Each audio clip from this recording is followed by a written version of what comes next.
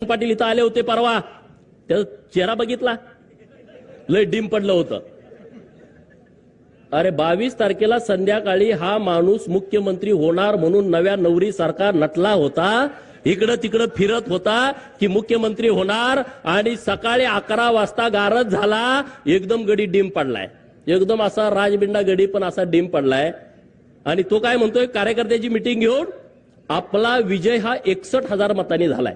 निवडून किती मतांनी आलाय? 11,000. भाजपवाल्यांनी 50,000 मतं यात अगोदरच सेट केलेत.